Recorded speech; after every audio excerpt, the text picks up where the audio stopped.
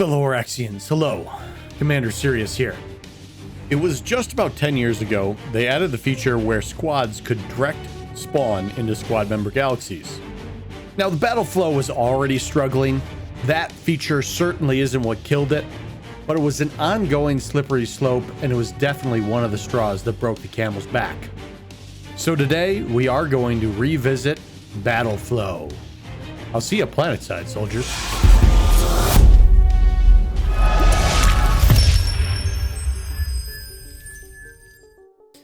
In the early days, there was chaos.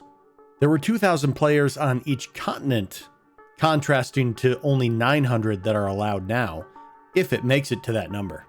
On top of that, talent hadn't concentrated yet. There are lots and lots of what we'd call mid-fits these days.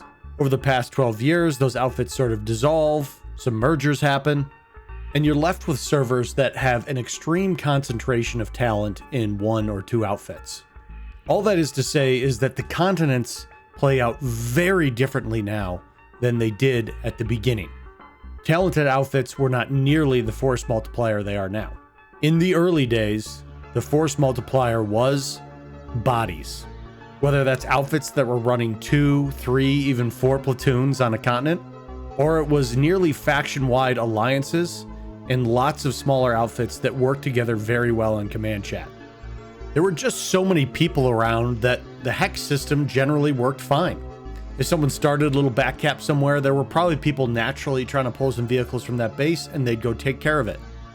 Compared to today, you fight your way up to the base, and 3 seconds before you step on the point, you get a back cap, and you hope someone from your faction is going to deal with it, so you sit there for 90 seconds hoping something's going to happen, and you finally heave a sigh of annoyance and hit the redeploy button and go back and deal with it yourself. But after there was the natural drop-off from launch hype, and people did start coalescing into outfits, you had situations where big balls of population were avoiding each other on the map. One would drive straight south, the other would sort of circle around them for a flank, but the end effect was a lot of people just standing around in capture points without enough action. So the lattice system was invented. You weren't able to just attack any hex you want. You had to create adjacency with the lattice system. There were benefits of increased action, but there was still a massive limiting factor.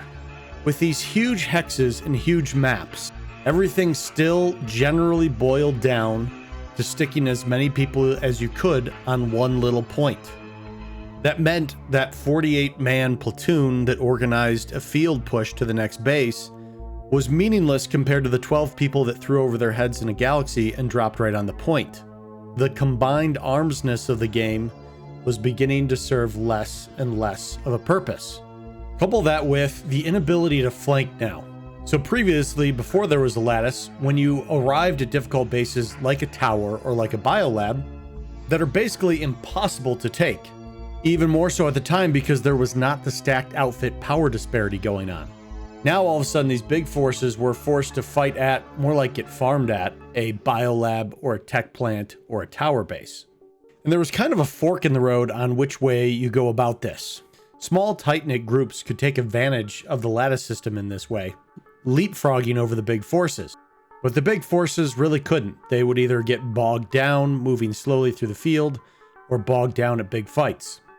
So the idea was take this system that the smaller outfits would use, that was everyone redeploy to the warp gate and rapidly get in a galaxy for quick movement across the map. Since big platoons couldn't organize that, the idea was just let squad members spawn into squad member galaxies, and then a big platoon didn't have to rally at the warp gate. One guy getting the spawn could maybe get everyone into their galaxy. The problem is, most players don't want this. And no one left playing Planetside wants to hear that, because most of those people are the people that play in that QRF quick reaction force playstyle. But early on, there was a massive baseline of very casual players that just wanted these amazing open field fights.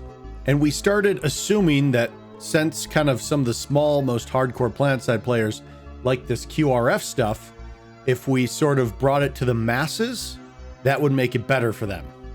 But the reality is it widened the gap, not closed it. Now, rather than the skilled outfits having to at least redeploy to the warp gate to transfer across the map, they all had dedicated galaxy pilots that were hovering 1 hex away from where they wanted to be. So you could have your boots on the ground wrapping up at a fight at Quartz Ridge Camp, with your galaxies already moving over to Howling Pass. Once that fight was killed off at Quartz Ridge Camp, you are just 10 seconds away, a deploy screen away from dropping your entire platoon on the other side of the map. And that, just coupled with redeploy, is what really killed the battle flow of Planetside 2.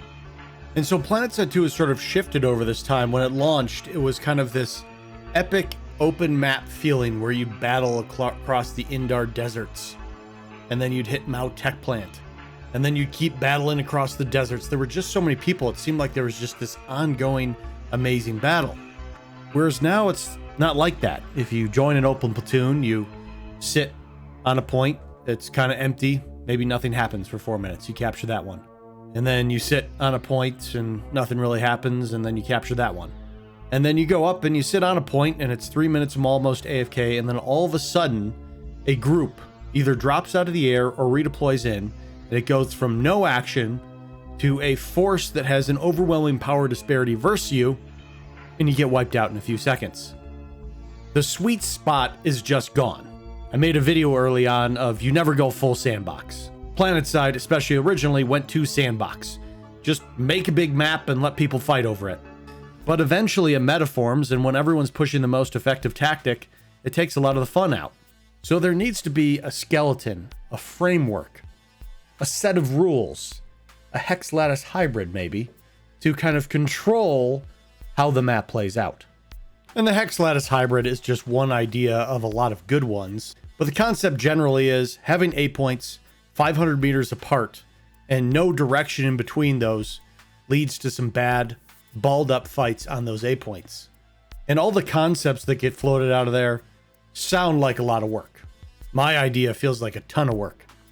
I've seen ideas from Maelstrom which seem more manageable, but still extra work. Ideas from Vindicor that also seem like a decent amount of work. And there's always this fear in Planetside, understandably, if you take on too big an objective, the players will be gone before you actually get the feature released. So you can only take projects on that can happen in a certain time frame. At the same time, we've taken on some very big technical heavy projects like Outfit Wars, like getting additional continents released. And the question nags in the back of my mind, was that the right use of time? It feels like these underlying problems have to get fixed to fix a baseline issue so that those cool added features have more meaning because they're layered on top of a better base game. So there's a couple things that have happened over the years that have sort of attempted to address this battle flow issue. And the problem is none of them address it in its entirety. They all try to address little symptoms of it. I'm going to work backwards on this for why they didn't work. First of all, the Sunderer overhaul. There's no way to make Sunderers durable enough to be a good spawn without making them broken for everything else. It's as simple as that. They will wreck tanks, they will wreck infantry, they will turn into a battle station and a farm tool more than a battle flow spawn creator. Tweaking Sunderers is not a fix to the battle flow problem. On that same end, a Sunderer garage on its own is not the solution either. It's a start, but it generally just means people are going to get farmed at the Sunderer, and the objectives are still too few and far between to make meaningful battle flow. Stepping back a patch, let's talk about the construction update. I was a big proponent of using construction to attempt to improve the battle flow. My idea was basically say, take Quartz Ridge Camp and Indarcom. To avoid the people flying from one and gal dropping the next, so there's no back and forth on the lane, I want to add 3 to 4 capture points between those two bases. Vehicles should dominate in this theater, and this would also be an area for construction to shine. Someone could build up a fortress around these points to create a fight off the normal beaten path and developer bases. Unfortunately, that's not what we got. We got some tweaks that make player bases more fun to fight in, but what was added was this sort of microflow game of putting in modules and destroying modules. And the reason it didn't work is it didn't tie in to the overall objective of the map.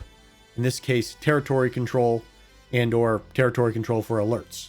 I get that the gameplay loop is supposed to be there is reward as you take out the modules and steadily destroy a base, or vice versa if you can defend and keep your base up and running. But since it is completely divorced from the overall control, flow, purpose of the map, it just ends up feeling like useless busy work. So at this point, I think the ship has sailed for ever using construction to create the battle flow. It's certainly not my preferred way to do it, no matter what, but it felt like a way that was more technically feasible and a lot less work compared to this hex lattice hybrid idea. Stepping back a little bit further, we have Osher, that basically tried to create battle flow by forcing lanes, by putting water on either side. It's naturally supposed to create a channel to fight back and forth on. And again, when population was excited and early and high, it worked very well. There were enough people around to fill up all the lanes that you got these cool back and forth fights. But the map fell down really, really hard when you got to early hours, low population. The interlinks and the tridents were not good places to have these stagnant fights that Planetside 2 usually devolves into. And so as everyone shifts more to the meta, that is the most effective tactic, these field fights completely go away and you just fly over the top. And if you are limited to only fighting on the bases, Osher is a terrible continent. But while I was always against doing new continents because I remember Hausen and everyone hated it for 3 years after it came out, it was a long time before people finally came around to it.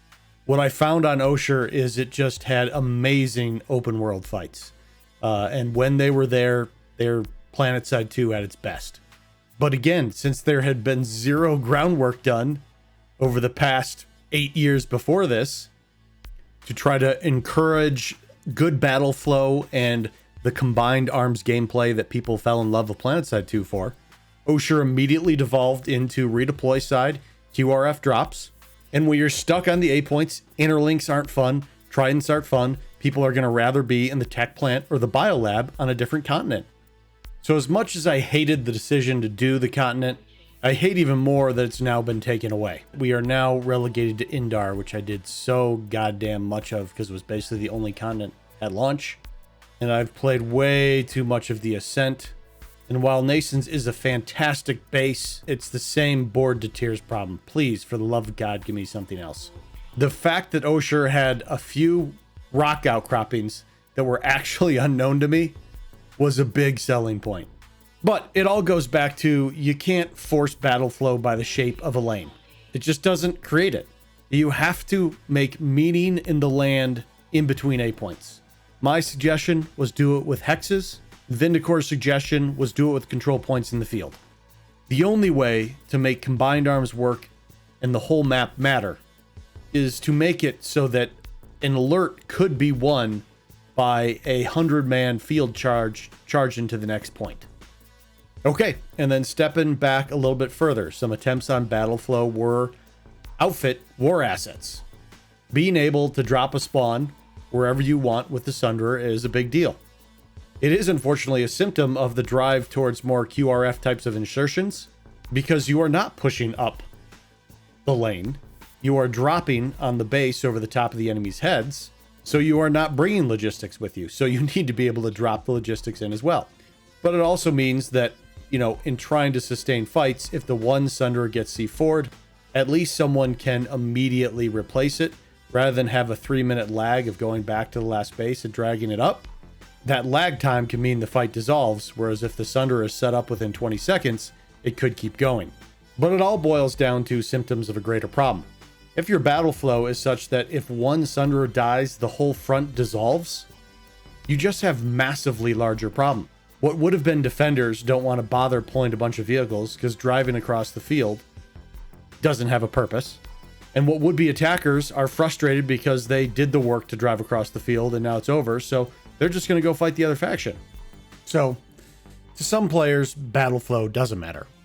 They are content at Nasons or a biolab or whatever it may be. And that is understandable. But it does seem like from watching posts from new players in the game, watching posts from veteran players, stuff I like to do, stuff that's interesting on stream, The things that really seem to capture the player's imagination is when you get the large scope and scale of a big Planetside 2 push. You know, to me, the only thing that comes close at this point is a game like Foxhole. And while it certainly has its ups and downs over its 8-year span, at this point it's running twice the player count of Planetside 2.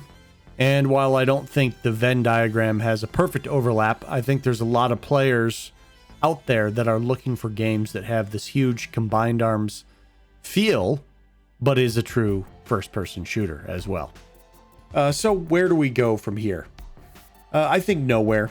You know, obviously the theory that battle flow would have overall kept the population higher, improved the game, who knows? Maybe it all would have been for naught and just as many people played the game as they would have anyway. Even if that core gameplay loop was fixed, you'd still have hype valleys after patches. No matter how great you make a game, people are still going to move on. Their life circumstances are going to change. There are going to be things that kind of drag the game down over time. And I certainly like to think that improving the core gameplay loop with improved battle flow would have slowed that process, eased that process, or overall made the game successful enough to warrant a Planetside 3 in the same style as this game rather than as a battle royale. I definitely think it needs a big team to take something ambitious like that on. You know, to me, the chance in the moment would have been like once Arena failed and they had the full team working on Planetside 2. But the escalation patch was certainly more important than trying to work on the core gameplay loop.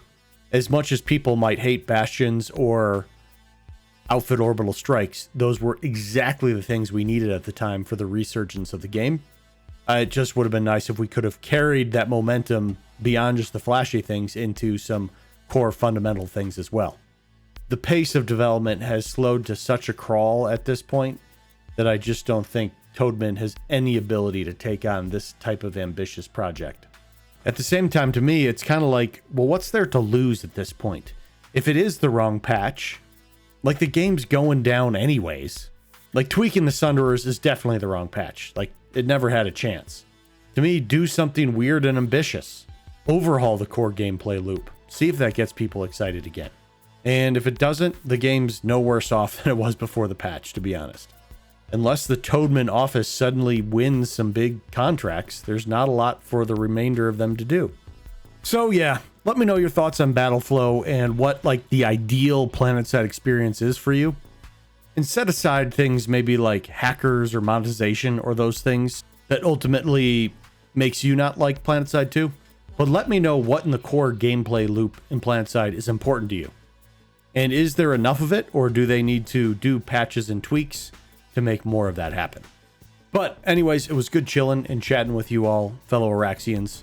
I am Commander Cyrious, and until next time, I will see you Planetside.